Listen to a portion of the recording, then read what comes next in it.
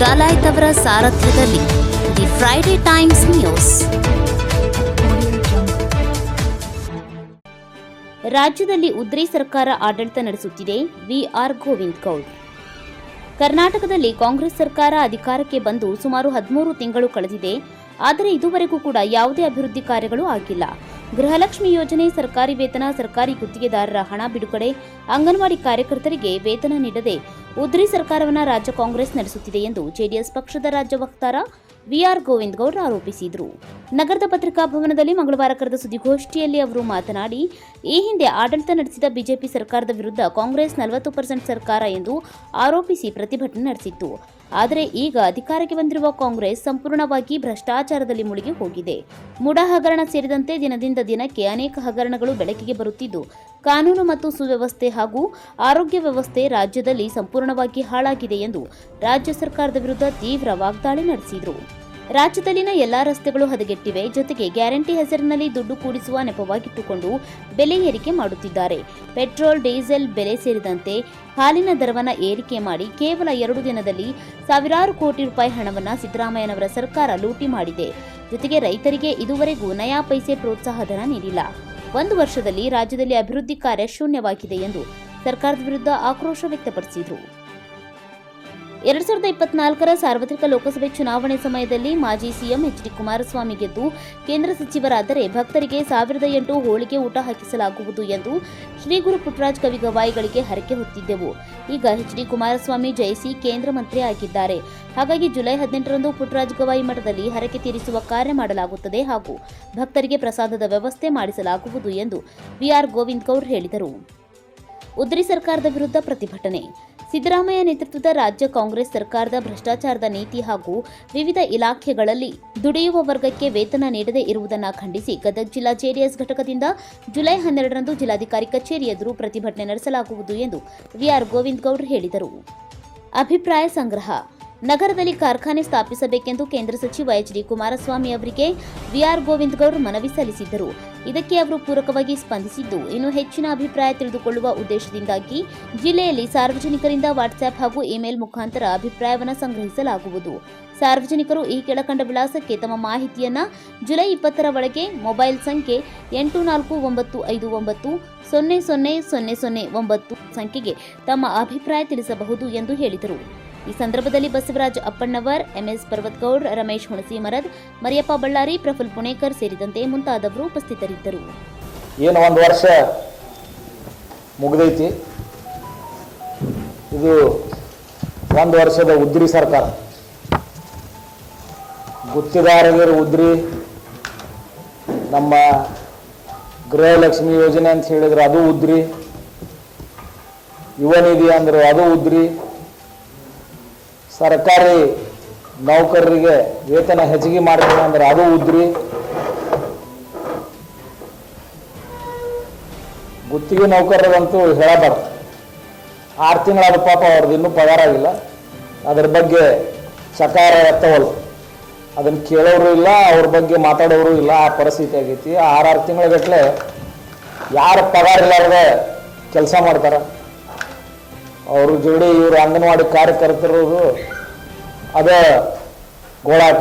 ಅವ್ರಿಗೂ ಪಗಾರ ಇಲ್ಲ. ಅವ್ರಿಗೂ ಬರೀ ಪರಿಷ್ಕರಣೆ ಮಾಡ್ತೀನಿ, ಸಂಬಳ ಪರಿಷ್ಕರಣೆ ಮಾಡ್ತೀನಿ ಅಂತ ಹೇಳಿದ್ದೆ ಖರೆ ಯಾವ ಆಗಲಿಲ್ಲ. ಇವ್ರು ಬರೀ ಉದ್ರಿ ಹೇಳ್ಕೊಂತ ಹೊಂಟ್ರಿ. ಈಗಿನ ಸರ್ಕಾರಕ್ಕೆ ಇವರು 40% ಕಮಿಷನ್ ಅಂದರು.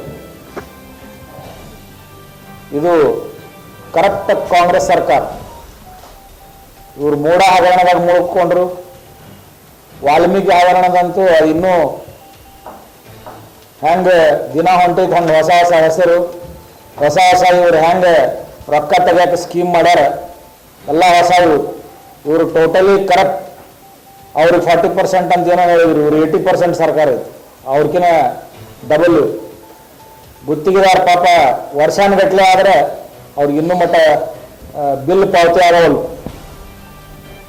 ಎಲ್ಲ ರಂಗದಾಗೂ ಸರ್ಕಾರ ವಿಫಲ ಆಗೈತಿ. 1 ವರ್ಷದಿಂದ ಸಾಕಷ್ಟು ನಾವು ಕೊಲೆಗಳನ್ನು ನಮ್ಮ ರಾಜ್ಯದಾಗ ನಾವು ನೋಡಕತ್ತೀವಿ. ಕಾನೂನು ಸುವ್ಯವಸ್ಥೆ ಹದಗೆಟ್ಟೈತಿ. ಈಗ ಆರೋಗ್ಯದ ವ್ಯವಸ್ಥೆ ಕೂಡ ಹದಗೆಟ್ಟಿದೆ. ಎಲ್ಲ ಕಡೆನೂ ರಾಜ್ಯದ ತುಂಬ ಇವತ್ತೇನು ಡೆಂಗು, ಇಲಿ ಜ್ವರ, ಚಿಕನ್ ಗುನ್ಯಾಗಳಂಥ ರೋಗ ಉಲ್ಬಣಿಸಕತ್ತಾವು. ಇದು ಸರ್ಕಾರದ ವೈಫಲ್ಯ ಎದ್ದು ತೋರಿಸುತ್ತೆ. ಆರೋಗ್ಯ ಏನು ಪ್ರಮುಖವಾಗಿರಬೇಕಾಗಿತ್ತು, ಆರೋಗ್ಯ ಮತ್ತು ಕಾನೂನು ಸುವ್ಯವಸ್ಥೆ ಎರಡೂ ರಂಗದಾಗೂ ಸರ್ಕಾರ ವಿಫಲ ಆಗೈತಿ. ಒಂದು ವರ್ಷ ಇವರು ಕೊಟ್ಟಿದ್ದು ಬರೀ ಸಾವು ನೋವು ಬಿಟ್ಟರೆ ಏನೂ ಈ ಸರ್ಕಾರದ ಸಾಧನೆ ಏನೇನೂ ಇಲ್ಲ. ಕಾನೂನು ಸುವ್ಯವಸ್ಥೆ ಹದಗೆಟ್ಟೈತಿ, ಆರೋಗ್ಯದ ವ್ಯವಸ್ಥೆ ಹದಗೆಟ್ಟೈತಿ, ಸಂಚಾರದ ವ್ಯವಸ್ಥೆ ಹದಗೆಟ್ಟೈತಿ. ಎಲ್ಲ ಕಡೆ ರಸ್ತೆ ಏನು ಸ್ಟೇಟ್ ಹೈವೇ ಅಂತೀವಿ, ಎಲ್ಲ ಕಡೆ ರಸ್ತೆ ಹದಗೆಟ್ಟು ಹೋಗವ. ಇವರು ಗ್ಯಾರಂಟಿ ಹೆಸರಲ್ಲೇ ಏನು ದುಡ್ಡು ಕೂಡ್ಸಾಕತ್ರ, ಇದ್ರೊಳಗೆ ಆ ಗ್ಯಾರಂಟಿ ವೇಷ ಹಾಕೊಂಡು ಇವ್ರು ಭ್ರಷ್ಟಾಚಾರ ಮಾಡಕತ್ತಾರ. ಎಲ್ಲಾನು ಇರಿಸಿದ್ರು ಇವರು, ಪೆಟ್ರೋಲ್ ಇರಿಸಿದ್ರು, ಹಾಲು ಇರಿಸಿದ್ರು. ಹಾಲಿಂದ 2 ದಿನ ಇರಿಸಿದ್ರು ಇವರು, ಅದನ್ನ ವಾಪಸ್ ತಗೊಂಡ್ರು. 2 ದಿನದಾಗ ₹2 ಇವ್ರು ಎಷ್ಟು ತಗೊಂಡ್ರು? ಆ ಪ್ಯಾಕೆಟ್ ಮೇಲೆ ಇರುವುದನ್ನ ಅದ ಹಳೆ ರೇಟ್. ₹2 ಇವ್ರು ಲೂಟಿ ಮಾಡಿದಾರೆ, ರೊಕ್ಕ ಹೋಗ್ತಿಲ್ಲ. ಪ್ರತಿದಿನ ಕೋಟ್ಯಾಂತರ ಲೀಟರ್ ಹಾಲನ್ನು ಮಾರ್ತಾರೆ. 2 ದಿನ ಮಾರ್ಯಾರ ಇವ್ರು ₹2 ಹೆಚ್ಚಿಗೆ ಇಟ್ಟು. ಅದೇ ಹಳೆ ರೇಟ್ ಪ್ಯಾಕೆಟ್ ಮೇಲೆ ರೇಟ್ ಚೇಂಜ್ ಆಗಿಲ್ಲ. ಇವ್ರು ಹಾಕಿ ನಾವು 50 ml ಅಂತಾರೆ. ಯಾರು ಅಳತಿ ಮಾಡೋರು ಯಾರು ಅದನ್ನ? ಅದ್ರ ಮ್ಯಾಗ ಏನು ಚೇಂಜಸ್ ಇಲ್ಲ. ಅರ್ಧ ಲೀಟರಿಂದ ಪ್ಯಾಕೆಟ್ ಮೇಲೆ ಅರ್ಧ ಲೀಟರ್ ಐತೆ. ₹2 ಜಾಸ್ತಿ ತಗೊಂಡ್ರೆ ಹೋಗ್ತಿಲ್ಲ ರೊಕ್ಕ. ಸಾವಿರಾರು ಕೋಟಿ ರೂಪಾಯಿ ಇವ್ರು 2 ದಿನದಾಗ ಲೂಟಿ ಮಾಡ್ಯಾರ. ಇದು ಒಂದು ದೊಡ್ಡ ಕರಪ್ಷನ್. ಇದ್ರದ್ದು ತನಿಖೆ ಆಗ್ಬೇಕು. ಕರೆ ಹಳೆ ಪ್ಯಾಕೆಟ್ನಾಗ ಇವರು ₹2 ನಾವು ಹಾಲು ಹೆಚ್ಚಿಗೆ ಹಾಕಿವಿ ಅಂತ ಹೇಳಿದ್ರು. ಅದ್ರ ಮ್ಯಾಗ ಏನು ಚೇಂಜಸ್ ಇಲ್ಲ. ರೇಟ್ ಆದ ₹2 ಹೆಚ್ಚಿಗೆ ತಗೊಂಡ್ರು. ಕ್ವಾಂಟಿಟಿನೂ ಅದನ್ನೇ ಐತಿ. ₹2 ಹೆಚ್ಚಿಗೆ ತಗೊಂಡ್ರು. ಪ್ರತಿದಿನ ಲಕ್ಷಾಂತರ ಕೋಟ್ಯಾಂತರ ಲೀಟರ್ ಹಾಲು ಮಾರ್ತಾರೆ. 2 ದಿನ ಮಾರಿದ್ರು ಇವ್ರು. ಅಷ್ಟು ಅರ್ಜೆಂಟ್ಲೆ ಮಾಡಿ ಅಷ್ಟು ಅರ್ಜೆಂಟ್ಲೆ ಯಾಕೆ ವಾಪಸ್ ತಗೊಂಡ್ರು? ಇದ್ರೊಳಗೆ ಭ್ರಷ್ಟಾಚಾರ ಐತಿ. ಈ ಸರ್ಕಾರ ಪೂರಾ ಭ್ರಷ್ಟಾಚಾರದೊಳಗೆ ಮುಳುಗಿತಿ. ಯಾರಿಗೂ ಅನುಕೂಲ ಆಗಲಿಲ್ಲ. ರೈತರಿಗೆ ಪ್ರೋತ್ಸಾಹನ ಬರಲಿಲ್ಲ. ಈಗ ಅವರು ಸರ್ಕಾರಿ ನೌಕರು ಕೂಡ 29ರಿಂದ ಅವರು ಸ್ಟ್ರೈಕ್ ಮಾಡ್ತೀವಿ ಅಂತ ಹೇಳಿ ಅವರು ಹೇಳ. ಸರ್ಕಾರ ಎಲ್ಲ ಖಜಾನೆ ಖಾಲಿ ಮಾಡಿಕೊಂಡು ಎಲ್ಲಿನೂ ಅಭಿವೃದ್ಧಿ ಹೆಸರೇ ಇಲ್ಲ, ಯಾವ ಹೊಸ ಯೋಜನೆ ಹೆಸರಿಲ್ಲ. 1 ವರ್ಷ ಇದನ್ನ ಮಾಡ್ಕೊಂತ ಬಂದ್ಬಿಟ್ರು. ಇಲೆಕ್ಷನ್ ಮುಂಚೆ ಏನ ಗೃಹಲಕ್ಷ್ಮಿ ದುಡ್ಡು ಹಾಕಿದ್ರೆ ಖರೆ, ಅಕ್ಕಿ ಕೊಟ್ರೆ ಖರೆ, ಹೊಳ್ಳಿ ಅಕ್ಕಿ ಬಂದಿಲ್ಲ, ಅಕ್ಕಿ ರೊಕ್ಕ ಬಂದಿಲ್ಲ, ಗೃಹಲಕ್ಷ್ಮಿ ರೊಕ್ಕ ಬಂದಿಲ್ಲ. ಅವಾಗ ಓಟ್ ಹಾಕ್ತಾರ ಅಂತೇಳಿ ಹಾಕಿದ್ರು ಇವರು. ಅದು ಯಾವಾಗ ಗೊತ್ತಾಗ್ತಿ ಇವರು ಎಲ್ಲ ಗ್ಯಾರಂಟಿ ಫ್ಲಾಪ್ ಆಗ್ಯಾವ ಅಂತ ಹೇಳಿ ಇವತ್ತು ಜನರನ್ನ ಆಟ ಆಡ್ಸತ್ತಾರ. ನಾವು ಗದಗ JDS ವತಿಯಿಂದ ದಿನಾಂಕ 12/7 ನಾವು ಈ ಸರ್ಕಾರದ ವೈಫಲ್ಯಗಳು, ಭ್ರಷ್ಟಾಚಾರಗಳು, ಉದ್ರಿಗಳ ವಿರುದ್ಧ ನಾವು ಪ್ರತಿಭಟನೆಯನ್ನು ಮಾಡ್ತೀವಿ. ಅದ ಹಂಗನ ಈ ಸರ್ಕಾರ ಹೋಗ್ಲಿ ಅನ್ನೋದು ಎಲ್ಲರ ಜನರ ಭಾವನೆ ಏನು 1 ವರ್ಷದಾಗ ಬಂದೈತಿ. ಶೀಘ್ರ ಇದು ಹೋಗ್ಲಿ ಅಂತ ಹೇಳಿ ನಾವು ಕೂಡ ಇದಕ್ಕೆ ಬೇಡ್ಕೊಂತೀವಿ. ದೇವರ ಆಶೀರ್ವಾದ ಮಾಡ್ತಾನೆ ಅನ್ನೋದು ಎಲ್ಲರ ಮಂದಿಗೆ ಆಸೆ ಐತಿ. ಅದು ಹೆಂಗೆ ಗ್ಯಾರಂಟಿ ಐತಿ, ಇನ್ನೊಂದು ತಿಂಗಳದಾಗ ಈ ಸರ್ಕಾರ ಹೋಗುತ್ತೆ ಅಂತ ಎಲ್ಲರೂ ನಮ್ಮ ನಾಯಕರು ಹೇಳ್ತಾರೆ. ಹೋಗ್ಲಿ ಅನ್ನೋದು ನಮ್ಮದು ಆಸೆ, ಹೋಗಿ. ಹಂಗನ ನಾನು ಈ ಹಿಂದೆ ನಮ್ಮ ರಾಜ್ಯ ಅಧ್ಯಕ್ಷರು, ನಮ್ಮ ಕೇಂದ್ರ ಭಾರಿ ಕೈಗಾರಿಕೆ ಸಚಿವರಾದಂಥ ಸನ್ಮಾನ್ಯ ಕುಮಾರಸ್ವಾಮಿ ಅವರಿಗೆ ನಮ್ಮ ಜಿಲ್ಲಾ ಒಳಗೆ ಕಾರ್ಖಾನೆ ಸ್ಥಾಪನೆ ಮಾಡೋಕ್ಕೆ ಒಂದು ಮನವಿ ಕೊಟ್ಟಿದ್ದೆ. ಅವರು ಅದಕ್ಕೆ ಪೂರಕವಾಗಿ ನನಗೆ ಸ್ಪಂದಿಸಿದ್ರು. ಈಗ ಅದನ್ನು ಒಂದು ಹೆಜ್ಜೆ ನಾವು ಮುಂದೆ ತೊಗೊಂಡು ಹೋಗೋಕ್ಕೆ ಇದಕ್ಕೆ ಸಲುವಾಗಿ ನಿಮ್ದೆಲ್ಲರದು ಸಹಕಾರ ನಂಗೆ ಭಾಳ ಬೇಕು. ಯಾಕಂದರೆ ಜಿಲ್ಲೆನಾಗ ಒಂದು 2 ಕಾರ್ಖಾನೆ ಅದು ಅಂದ್ರೆ ಅಭಿವೃದ್ಧಿ ಆಗ್ತೈತಿ. ಅದಕ್ಕೆ ನೀವು ಎಲ್ಲ ಮಾಧ್ಯಮದವರು ಅದಕ್ಕೆ ಸ್ವಲ್ಪ ಜಾಸ್ತಿ ಒತ್ತು ಕೊಡ್ರಿ. ಇದ್ರೊಳಗೆ ನಾವು ಎಲ್ಲ ಸಾರ್ವಜನಿಕರನ್ನ ಇನ್ವಾಲ್ವ್ ಮಾಡಬೇಕನ್ನೋ ಉದ್ದೇಶ. ಇವತ್ತು ಅವ್ರ ಅಭಿಪ್ರಾಯ ಸಂಗ್ರಹಣೆ ಮಾಡಿ ಅಂಥ ಇಂಡಸ್ಟ್ರಿ ನಮ್ಮ ಜಿಲ್ಲಾಗೆ ಬರಬೇಕು. ಅದ್ರದ್ದು ಪ್ಲಸ್ ಪಾಸಿಟಿವ್ ನೆಗೆಟಿವ್ ಏನೇನು ಅದಾವೆ ಅದ್ರ ಬಗ್ಗೆ ಒಂದು ಚರ್ಚೆ ಅಥವಾ ನಾವು ವಿಚಾರ ಒಂದು ಮಾಡಿ ಏನೋ ಒಂದು ಫೈನಲ್ ಒಂದು ಪ್ರೊಜೆಕ್ಟ್ ಮಾಡಿ ಇದನ್ನು ತೊಗೊಂಡು ಹೋಗಿ ನಾವು ನಮ್ಮ ಸಚಿವರಿಗೆ ಇದನ್ನು ವರದಿ ಕೊಡಬೇಕು ಅನ್ನೋ ವಿಚಾರಕ್ಕೆ ಇದನ್ನು ಯಾರು ಇದನ್ನು ಕೊಡೋರು ಇದ್ದರು ಅಂದ್ರೆ ಒಂದು email ID youngindia@gmail.com Young India sir youngindiagdg@gmail.com ಇದು ಒಂದು. ಅದರ ಜೊತೆಗೆ ಒಂದು ವಾಟ್ಸಪ್ ನಂಬರ್ 84959 0009 84959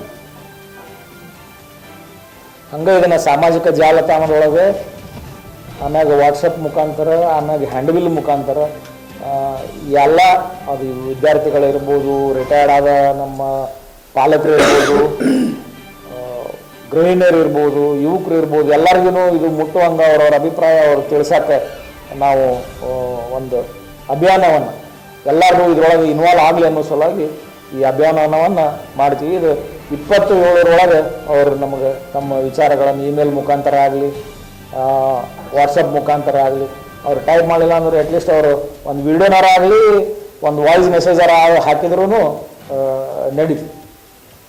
ಇದಕ್ಕೆ ಸ್ವಲ್ಪ ತಾವು ನಾ ಎಲ್ಲರನ್ನು ವಿಶೇಷವಾಗಿ ನಿಮ್ಗೆಲ್ಲರೂ ಕೇಳ್ಕೊಳೋದು, ಇದಕ್ಕೆ ಸ್ವಲ್ಪ ತಾವು ಎಲ್ಲರೂ ಒತ್ತು ಕೊಡ್ರಿ. ನಮ್ಮ ಜಿಲ್ಲಾ ಒಳಗೆ ಏನಾರ ಚೇಂಜಸ್ ಆಗ್ಬೇಕಂದ್ರೆ ನಿಮ್ದೆಲ್ಲರ ಪಾತ್ರ ದೊಡ್ಡದು. ಇದು ಚೇಂಜ್ ಮಾಡಬೇಕು, ಒಂದು ಅಭಿವೃದ್ಧಿ ಪಥ ನಮ್ಮ ಜಿಲ್ಲಾ ಹೊಂದಬೇಕು. ಎಲ್ಲ ಏನು ನಮ್ಮ ಜೋಡಿ ಜಿಲ್ಲಾ ಅದು ಭಾಳ ದೂರ ಹೋಗ್ಬಿಟ್ಟು ಭಾಳ ಹಿಂದೆ ಉಳಿದ್ಬಿಟ್ಟಿವಿ ನಾವು. ಅದಕ್ಕೆ ಇದು ಒಂದು ಏನೋ ನಮಗೆ ಆಶಾ ಕಿರಣ ಅವರು ಸಚಿವರಾಗಿದ್ದು ಅದರಿಂದ ಏನೋ ಒಂದು ಪೂರಕ 1-2 ಇಂಡಸ್ಟ್ರಿ ಬಂದು ಒಂದು 10,000 ಹುಡುಗರಿಗೆ ಉದ್ಯೋಗ ಸಿಕ್ತು ಅಂದ್ರೆ ಮತ್ತು ಜಿಲ್ಲಾ ಒಳಗೆ ಚೇಂಜಸ್ ಆಗ್ತಾವೆ, ಅಭಿವೃದ್ಧಿ ಆಗ್ತೈತಿ. ಅದ್ರ ಜೋಡಿ ಸಣ್ಣ ಸಣ್ಣ ಇಂಡಸ್ಟ್ರಿ ಬರ್ತಾವೆ, ಹೋಟೆಲ್ಗಳ ಹೆಚ್ಚಿಗೆ ಬಿಸ್ನೆಸ್ ಆಗ್ತೈತಿ, ಎಲ್ಲರಿಗೂ ಬಿಸ್ನೆಸ್ ಅನುಕೂಲ ಆಗ್ತೈತಿ, ಟ್ರಾನ್ಸ್ಪೋರ್ಟ್ ಬಿಸ್ನೆಸ್ ಬೆಳಿತೈತಿ. ಹಂಗೆ ಎಲ್ಲ ಬಿಸ್ನೆಸ್ಸಿಗೂ ಇಂಡಸ್ಟ್ರಿ ಬೇಕು. ಲೋಕಲ್ ಕೆಲಸ ಸಿಕ್ಕು ಅಂದ್ರೆ ಎಲ್ಲ ಹುಡುಗರು ಏನು ಇಲ್ಲಿ ನಮ್ಮಲ್ಲಿ ತಾಂತ್ರಿಕ ವಿದ್ಯಾಭ್ಯಾಸ ಮಾಡ್ಯಾರ ಅವ್ರು ಲೋಕಲಿನ ಕೆಲಸ ಸಿಕ್ಕು ಅಂದ್ರೆ ಅವ್ರಿಗೂ ಭಾಳ ಅನುಕೂಲ ಆಗ್ತೈತಿ, ಎಲ್ಲ ಪರಿವಾರಕ್ಕೆ ಅನುಕೂಲ ಆಗ್ತೈತಿ ಅನ್ನೋ ಒಂದು ದೃಷ್ಟಿಯಿಂದ ಇದನ್ನೊಂದು ಏನು ವಾರ್ ಫುಟಿಂಗ್ ಅದ್ರ ಮೇಲೆ ಈ ಕೆಲಸನ ಮಾಡ್ತೀನಿ. ಎಲ್ಲರೂ ಇದಕ್ಕೆ ಕೈ ಜೋಡಿಸಿ ಅಂತ ಹೇಳಿ ತಮ್ಮ ಮುಖಾಂತರ ನಾ ಕೇಳ್ಕೊತೀವಿ. ಹಂಗೆ ನಾವು ಕುಮಾರಣ್ಣ ಮಿನಿಸ್ಟರ್ ಆಗಲಿ ಗೆದಿಲಿ ಅಂಥೇಳಿ ನಾವು ಪುಟ್ಟರಾಜ ಅಜ್ಜವ್ರಿಗೆ ಹರಕೆ ಹೊತ್ಕೊಂಡಿದ್ವಿ. 1008 ಹೋಳಿಗೆ ನಾವು ಎಡಿ ಮಾಡಿ ಊಟ ಮಾಡಿಸ್ತೀವಿ ಅಂಥೇಳಿ ಅದನ್ನು 18/7 ಗವಾಯಿಗಳ ಮಠದೊಳಗೆ ನಾವು 1008 ಹೋಳಿಗೆ ಅದ್ರ ಜೊತೆಗೆ ಭಕ್ತರಿಗೆ ಊಟದ ವ್ಯವಸ್ಥೆ ಅವತ್ತು ಶ್ರೀಮಠದೊಳಗೆ ಏರ್ಪಾಡು ಮಾಡ್ತೀವಿ. ತಾವೆಲ್ಲರೂ ಬರ್ರಿ. ಏನು ಅಜ್ಜನ ಆಶೀರ್ವಾದ. ಆ ಮೊದಲು ಅವ್ರ ಆಪ್ರೇಷನ್ ಹೋಗಬೇಕಾದ್ರೂ ನಾವು ಅಲ್ಲಿ ಹೋಮ ಮಾಡಿದ್ವಿ ಮಠದೊಳಗೆ. ಅವ್ರ ಆರೋಗ್ಯಕರವಾಗಿ ಬರಲಿ ಅಂಥೇಳಿ ಅವ್ರ ಅಗದಿ ಇವತ್ತು ಒಳ್ಳೆಯ ಆರೋಗ್ಯದಿಂದ ಒಳ್ಳೆಯ ಲವಲವಿಕೆಯಿಂದ ಏನು ಬಂದಾರ. ಇವತ್ತು ಅಜ್ಜನ ಆಶೀರ್ವಾದ ನಮ್ಮ ರಾಜ್ಯಾಧ್ಯಕ್ಷರ ಮೇಲೆ ನಮ್ಮ ಪಕ್ಷದ ಮೇಲೆ ಐತಿ ಅನ್ನೋ ಒಂದು ವಿಶ್ವಾಸ. ಅದನ್ನು ಹರಕೆ ತೀರ್ಸಕ್ಕೆ ಅವತ್ತು 18/7 ಗುರುವಾರ ದಿವಸ ಮಧ್ಯಾಹ್ನ ಈ ಕಾರ್ಯಕ್ರಮ ಏರ್ಪಾಡು ಮಾಡ್ತೀವಿ. ನಾನು ಒಂದು ತಪ್ಪಿದೆ ಪತ್ರಿಕಾಗೋಷ್ಠಿ ಒಳಗೆ ಯಾರು ಅದಾರ ಅಂತ ಹೇಳಿಲ್ಲ ಅನ್ನೋ ಅವಸರದಾಗಿ ನಮ್ಮ ತಾಲೂಕಾ ಅಧ್ಯಕ್ಷರಾದ ಬಸವರಾಜ ಅಪ್ಪಣ್ಣವರು ವಿಚಾರ ಬದಲಿರುತ್ತೆ.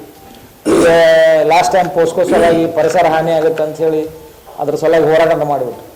ಏಕಪಕ್ಷವಾಗಿ ನಿರ್ಧಾರ ತೊಗೊಳೋ ಬದಲು ಎಲ್ಲರೂ ಇನ್ವಾಲ್ವ್ ಮಾಡಿಬಿಟ್ರೆ ನಾವು ಏನು ತರಬೇಕು ಏನು ಬಿಡಬೇಕು ಸ್ಮೂತಾಗಿ ಎಲ್ಲರೂ ಕೈ ಜೋಡಿಸ್ಲಿ ಅನ್ನೋದು.